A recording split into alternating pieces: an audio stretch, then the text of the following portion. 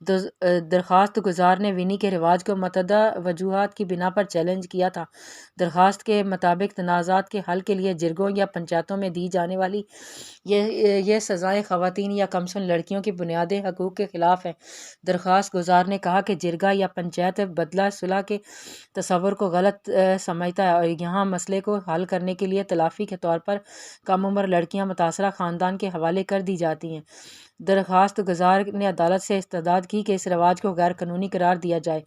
وفاقی شرعی عدالت میں جیورسٹ کونسل ڈاکٹر محمد اسلم خاکی کا کہنا تھا کہ ونی خواتین کے کم و بیش 4 بنیادی حقوق کی خلاف ورزی ہے۔ ان کے مطابق ملزم خاندان کی جانب سے دی جانے والی لڑکی کے ساتھ متصابانہ سلوک کیا جاتا ہے، جبکہ متعددہ کیس میں انہیں بنیادی سہولتوں سے بھی محروم کر دیا جاتا ہے۔ انہوں نے کہا کہ دوسری بات یہ ہے کہ ان لڑکیوں کی شادی ان کی مرضی کے بغیر کسی بھی شخص سے کر دی جاتی ہے، اور تیسرا مسئلہ یہ ہے کہ وہ مہر کی حقدار ہوتی ہیں اور نہ ہی شادی کو ختم کرنے کے لیے خلا کی قانونی درخواست دائر کر سکتی ہیں۔ ڈاکٹر محمد اسلم خاکی کا مزید کہنا تھا کہ قتل کیس کو حل کرنے کا قانونی طریقہ ددت یا خون بہا کی رقم ہے، جو اسلام میں بھی قابل قبول ہے۔ تاہم روایتی نظام میں تنازعات کو حل کرنے کے لیے ونی یا سوار کو جائز سمجھا جاتا ہے، لیکن علماء اسے غیر اسلامی قرار دیتے ہیں۔ پولیس نے بہت بار کوشش کی، 1988 سے لے کر اب تک نہ جانے کتنی بار انہیں سزائیں دی گئی ہیں۔ پاکستان میں اس کی سزا 10 سال ہے، مگر کوئی فائدہ نہیں۔ بہت جگہوں پر عورتوں نے اس کے خلاف احتجاج بھی کیا، مگر حاصل کچھ نہیں ہو پایا۔ کئی ایسے واقعات ہیں جو میں تمہیں سنا سکتا ہوں کہ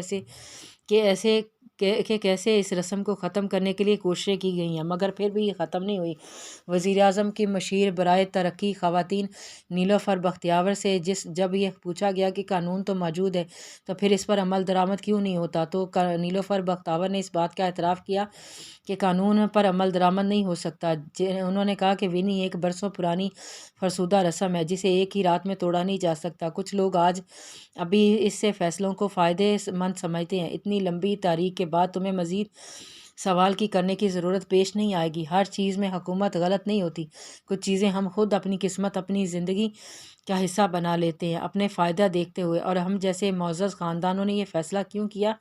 تم سے تو کچھ چھپا ہوا نہیں ہے۔ سفیان، جس پر وہ شرمندگی سے سر جھکا گیا، sorry, I'm really very sorry۔ اتنی مضبوط جڑیں ہیں اس رسم کی، برگر کے درخت کی طرح جڑیں اتنی لمبی، مضبوط اور گہری نہیں ہوتی جتنی اس بیچ کے رستوں کی ہوتی ہیں۔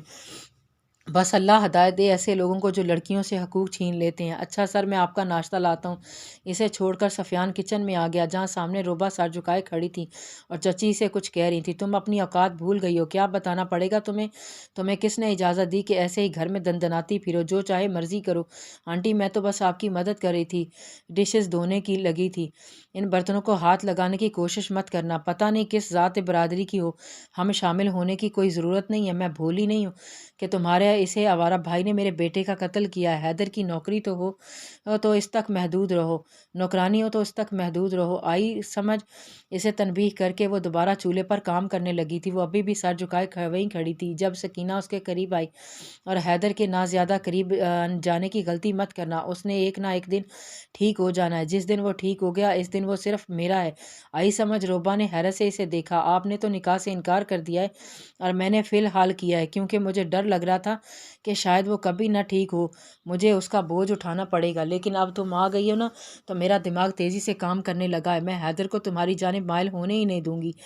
حیدر کی ساری ذمہ داری تم اس کی کنیز بن کر اٹھاؤ گی، مگر اس کی بیوی کا درجہ صرف مجھے ملے گا۔ اس کی انگلی اٹھا کر دکھا کر وہ بھی چلی گئی تھی۔ انگلیوں کو مروڑتی وہ باہر آ گئی تھی، جہاں سفیان سب دیکھ چکا تھا۔ آپی، بات سنیں۔ گردن موڑ کر دیکھا تو مقابل ہی وہ کھڑا تھا۔ آپی، you are the lucky one جن کی قسمت میں حیدر سر آئے ہیں، مگر پلیز انہیں سکینہ آپی کے ہتھے نہ چڑھنے دیجیے گا، پلیز۔ وہ بہت مطلب پرست ہیں۔ انہوں نے حیدر بھائی کو اس وجہ سے چھوڑ دیا کہ اب وہ کبھی چل نہیں پائیں گے، ان کی ساری ذمہ داری انہیں نہ اٹھانی پڑے، مگر آپ کو دیکھ کر تو وہ پھیل ہی گئی ہیں۔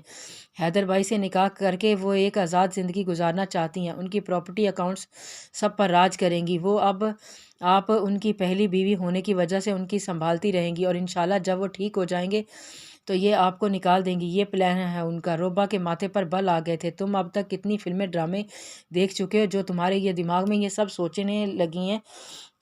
ان کی بات پر سفیان نے گہرا سانس لیا۔ نہ مانے، باقی میں آپ کو کہہ چکا ہوں جو کہنا تھا۔ حیدر بھائی کہتے ہیں بات ایک دفعہ ہی کی جاتی ہے، اس کی صفائی نہیں دی جاتی، اور انہیں میں سمجھدار کے لیے اشارہ ہوتا ہے۔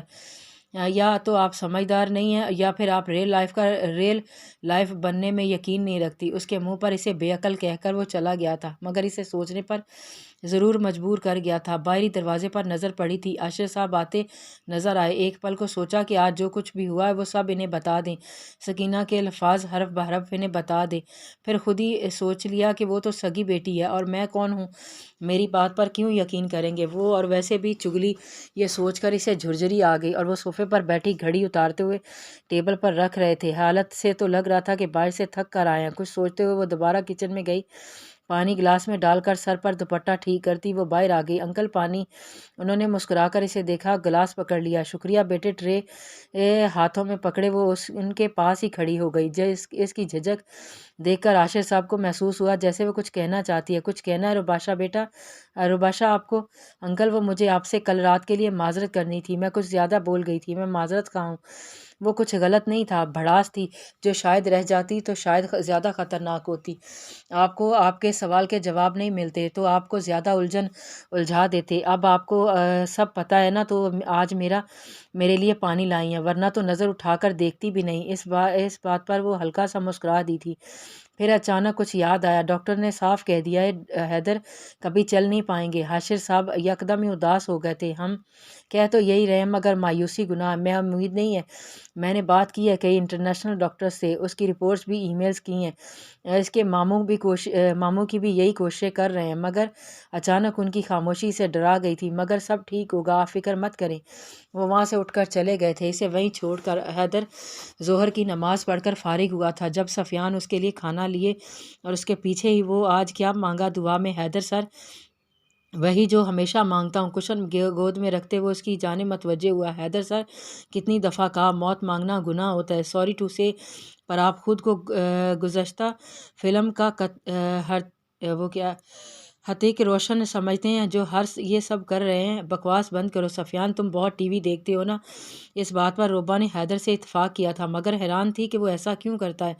میں یہ صرف آسانی کے لیے کرتا ہوں، ایسی زندگی سے تو موت اچھی ہے سفیان، جو دوسروں پر بوجھ بن کر گزرے، اس لیے۔ مگر یہ تو مایوسی ہے، اور مایوسی گناہ ہے۔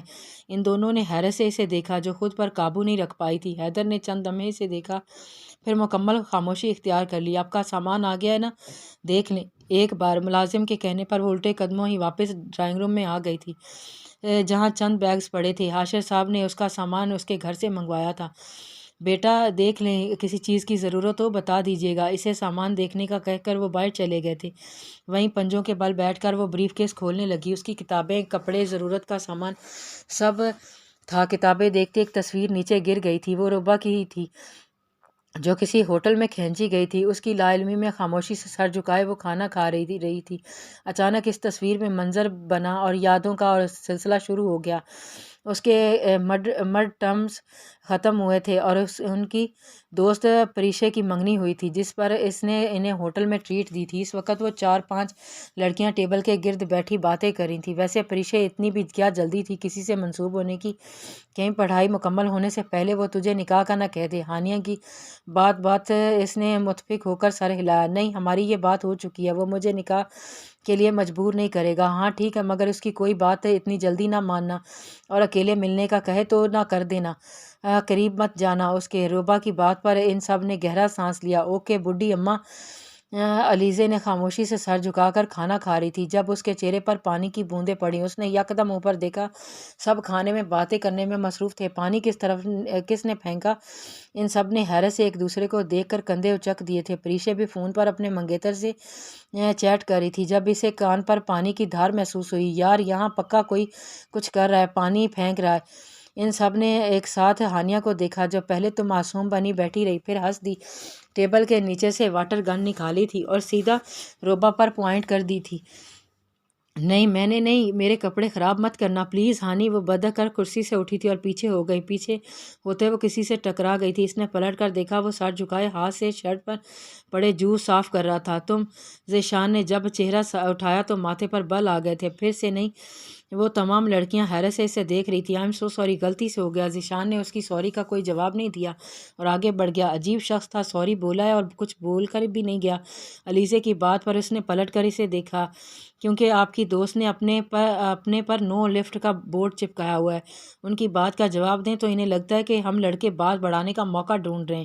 آپ دونوں پہلے مل چکے ہیں؟ اس نے دانت نکال کر ہانیہ کو دیکھا۔ نہیں، بھڑ چکے ہیں، اور آپ کی دوست کو لڑکوں سے کچھ زیادہ ہی کوفت ہے۔ روبا نے ایک بار پھر خاموشی اختیار کر لی تھی۔ اسے افسوس سے ایک نظر دیکھ کر وہ آگے بڑھ گیا تھا۔ یہ کیا تھا روبا؟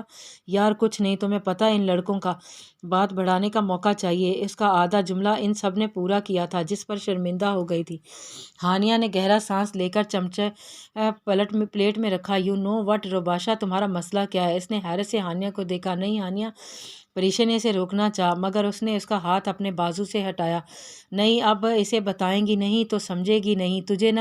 تجھے ڈر لگتا ہے لوگوں کو جواب دیتے، اور اس کا الزام تو دوسروں پر لگا دیتی ہے کہ وہ بلا وجہ بات بڑھا رہے ہیں روبا، اور اس ہر بار خاموشی کام نہیں آتی۔ وہ لڑکا انسلٹ کر گیا ہے تیری، اور تو اس کا جواب دے سکتی تھی، مگر نہیں، تجھے چپ رہنا ہے کیونکہ تجھے لگتا ہے چپ رہنے سے مسئلے حل ہو جاتے ہیں۔ نہیں روباشا، کبھی کبھی خاموشیاں دوریاں بڑھا دیتی ہیں، کبھی کہ لڑائیاں رشتے بچا لیتی ہیں، اور تیرا دوسرا مسئلہ تو کسی پر اعتبار نہیں کرتی، اور خاص لڑکوں سے تو تجھے خاصی چڑ ہے۔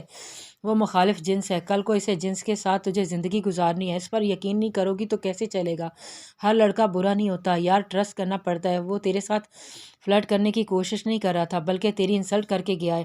مجھے غصہ آ رہا ہے تجھ پر۔ ہانیہ کچھ غلط تو نہیں کہا، لیکن وہ اس سے بحث کرنا نہیں چاہتی تھی، اس لیے ثابت میں سر ہلا کر پلیٹ میں پر جھک گئی تھی۔ ذیشان اپنے دوستوں سے بات کر رہا تھا، جب پھر اس پر نظر پڑی جو سادہ پرسکون مسکراہٹ سے کھانا پر جھکی تھی۔ ذیشان کے دل نے ایک بیڑ مس کی تھی۔ وہ لمحہ، وہ منظر، وہ مسکراہٹ وہ قید کر لینا چاہتا تھا، اس لیے اس نے وہ لمحہ اپنے کیمرے میں قید کر لیا تھا۔ وہ تصویر اب بھی اس کے ہاتھ میں تھی، جسے اس نے دوبارہ کتاب میں رکھ کر ہمیشہ کے لیے بند کر دیا تھا۔ جاری ہے۔